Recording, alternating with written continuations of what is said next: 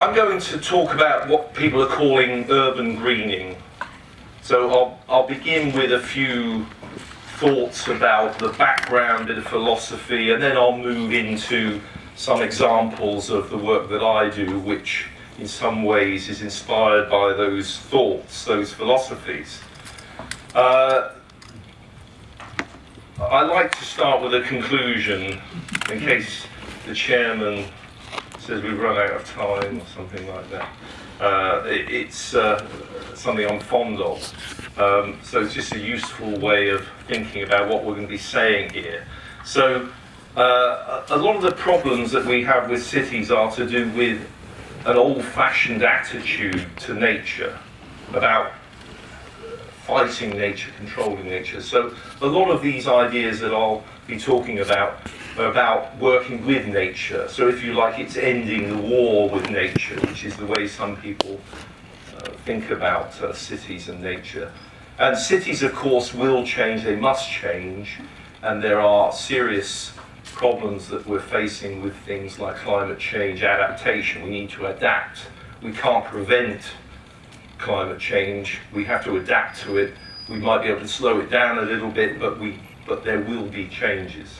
And as I'll explain, that more soil and vegetation and water are one of the ways that we can adapt to climate change and the way that we can improve well-being in cities. And water is something which is essential to cities, it's the foundation of cities, but people have developed a very negative attitude to water over the years. So we need to change that and be more sensitive about water.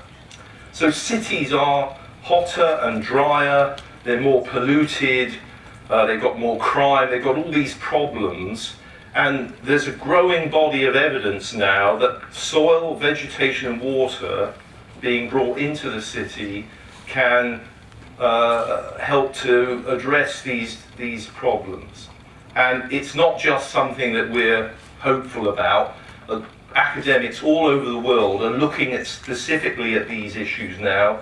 For instance, air pollution is one which is currently being looked at, but others where people are looking at this and they're finding that green infrastructure, soil, water, vegetation, is a way of solving or at least reducing the severity of some of these problems.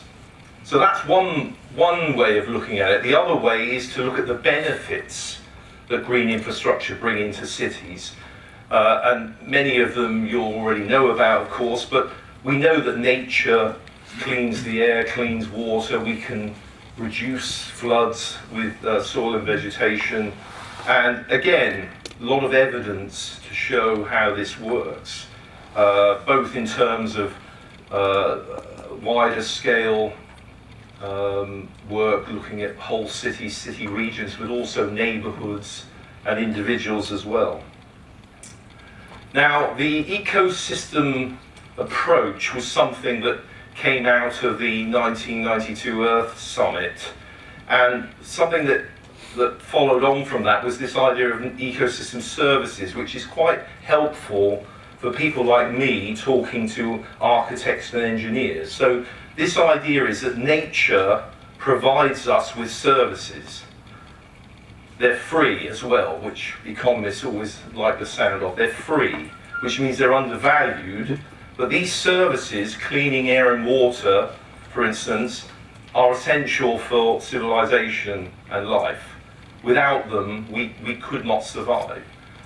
Now, what's really interesting is that habitats, biomes, provide us with ecosystem services, so we can protect those areas to continue to get those services, so we can protect the Amazon rainforest to get the oxygen and the weather and all the rest of it, but also we can restore habitats to get ecosystem services. So I can bring soil and vegetation into the city and I can mimic or I can restore nature. It's never quite the same as the original, but I can copy nature using those components and I can get those ecosystem services.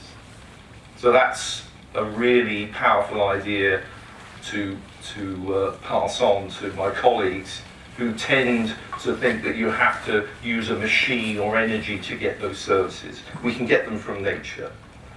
And the other really powerful concept is multifunctionality. So we can get a lot of different benefits all at once. But that's not how our cities and our institutions are organised. They tend to do one thing at a time. So that's a bit of a difficulty because we tend to have one department for transport, one for energy, one for housing, one for health, and they don't always talk to each other very well. But nature helps us in all these aspects. So getting designers to try and think about doing more than one thing at once is very important. And the ecosystem services checklist, if you like, is very helpful as well, because I can take a design and I can analyze it, review it against a checklist of services.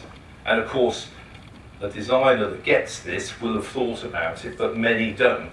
Many architects don't even know that there's such a thing. So they miss the opportunities to provide those ecosystem services. So here's one example. This is urban Tokyo, hot summer's day. Just make a mental note. You've got a railway station, a road, a residential block, and there happens to be a roof garden there, a podium roof garden. This is a thermal image on a hot summer's day. So the roof of the railway station is 50 degrees centigrade. So the ambient temperature is 30, but the roof of the railway station is 50, 20 degrees warmer than ambient. But the roof garden is at ambient temperature, and that's because of shade and also evaporative cooling. So that's saving energy. You don't need to run the air conditioners as hard. It saves lives as well. So in a serious heat wave, an elderly person trapped in an upstairs apartment with a roof above that's reached 60 degrees centigrade when the temperature is 35 will often die because they may not have air conditioning. So this kind of thing will save lives. And these heat waves are predicted to become more frequent with climate change. So you can look at these thermal images at all scales, and you can see how soil and vegetation is the way of dealing with the urban heat island effect. Networks are important as well, so green infrastructure, as we call it, which is all the different parks and other features, form networks which give us these benefits, but they also make the city more permeable for people and wildlife. And this is the theory. Ecologists are interested in corridors for creatures that need corridors, but also a lot of creatures like butterflies and birds don't need to walk from A to B, they can fly. They may not be able to fly very well. So this idea of stepping stones comes in. So it may be that the network is a series of islands of suitable habitat which enable those creatures to move in and out of the city. So ecological conservation, nature conservation theory can be overlapped with open space provision so that we're making the city, as I say, more permeable for both wildlife and people. So this is a project where I helped a team, Japanese team, to win. So this is a disused railway line that crosses Singapore. And it's a very simple thing. You turn a disused railway line into a cycle path. But where this became very interesting for me is that we could restore habitat along that railway line, which would enable rare birds, which currently only occur in the nature reserves in the center of that island, to start spreading into the city. And once you start to improve the quality of that environment, you start to improve the quality of that environment for people as well as wildlife. So not all greenery is the same. There are different qualities of greenery and different functions. And biodiversity is actually what makes it work. So the biodiversity, of course, is all the microbes and the insects and fauna and flora that are all working together. Water-sensitive urban design is a really helpful concept. Our colleagues in Australia suffered from some terrible droughts, and they realised that water is being used in a very linear way, is being extracted from the wider countryside, brought to a city, polluted and then discharged. And so their thinking was, well, we need to use less water, and we need to harvest more rainwater, we need to recycle water, we need to clean water, in order to make it more of a circular process. And that will change the form of the city. Or it could change the city itself.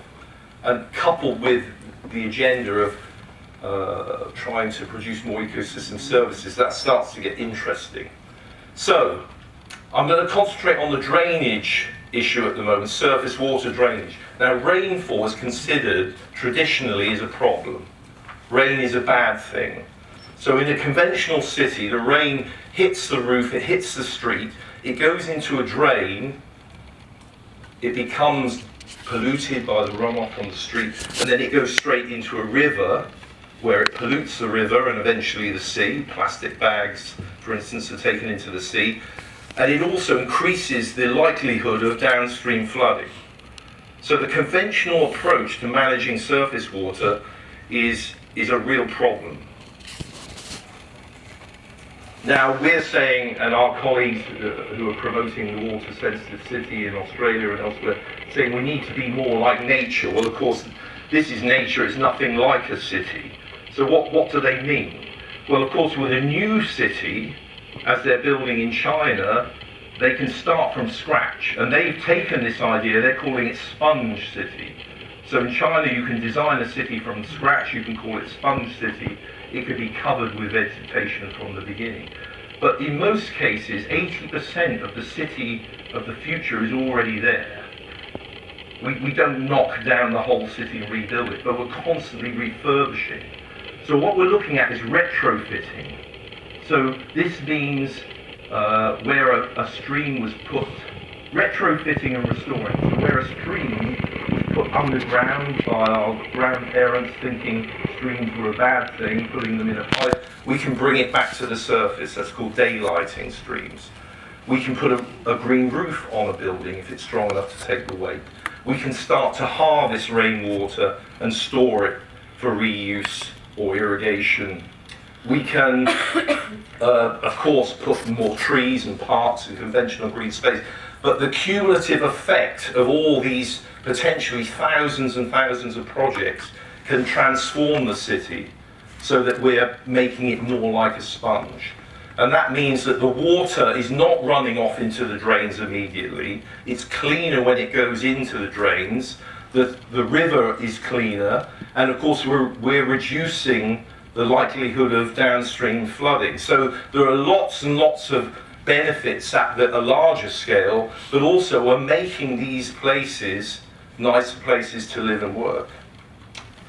Now, the other thing is about getting hold of money from different sources. So this is a street in Portland, Oregon, where there's a desire for traffic calming, which in this case would be about narrowing the street. And traditionally that's done with concrete and hard materials. But the landscape architect in Portland, Oregon was interested in rain gardens, which is a way of absorbing surface water runoff, cleaning it, holding it before it goes into the drains, reducing flooding. In the case of Portland, Oregon, it's about improving or maintaining water quality for salmon in the River Willamette. So without that, you get polluted water goes in the river, no longer suitable for salmon. So this is about fish, actually, there. But the clever thing here is that the budget that would have been spent on concrete is now spent on green. So suddenly, we've gone from a situation where we're told, well, that's a matter for Parks Department, they have no money, to a situation where the Highways Department, who have quite a lot of money, are quite happy. Well, it took 15 years to persuade them to do it, but they're quite happy to do that now. And this was a sticking point. You have to cut the curb so that the rain goes through the curb into the rain garden. That wasn't in the manual. You weren't allowed to do that. So it took 15 years to persuade the highways engineers to rewrite the manual to allow that to happen. The good thing is now, when I'm having the same argument with Sussex County Council or Surrey County Council, it only takes a year. So the hard work has been done by others. And so now in cities, city centres, people are looking at ways of holding water so that we can keep the trees alive during the summer. So it's good for trees as well. We can make larger tree pits, their drainage features.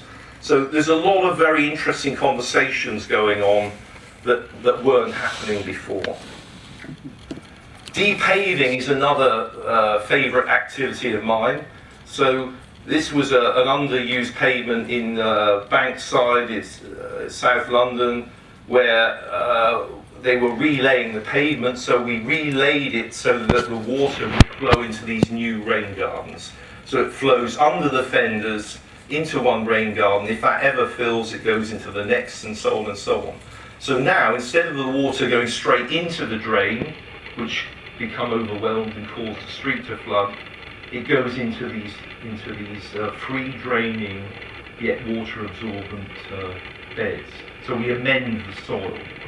So we dig out the clay and we put sand there. But this has just turned into, this has transformed this back alley. People actually have their lunch here. It wasn't designed for that, but that's how it works out. Quite an intimate spot to have a chat while you eat your sandwich. Now, we were involved in these green infrastructure audits in London. They've been going on for about 5 years. The first one was in Victoria, which is not far from here. And the business improvement districts, which is an idea that came from America. The idea is that local businesses are tired of the inaction of local authorities, so they all club together in partnership with the council. They put a bit of money in, and it began with litter bins and Christmas lights and so on, and it's gradually become more and more sophisticated. So the Victoria Business Improvement District got a grant from the London Mayor to audit their existing green infrastructure and to map where they could have some in the future. So this is a two-dimensional map.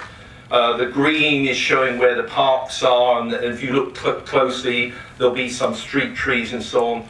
And the purple is where the planners are saying they'd like to have some parks in the future, all very good.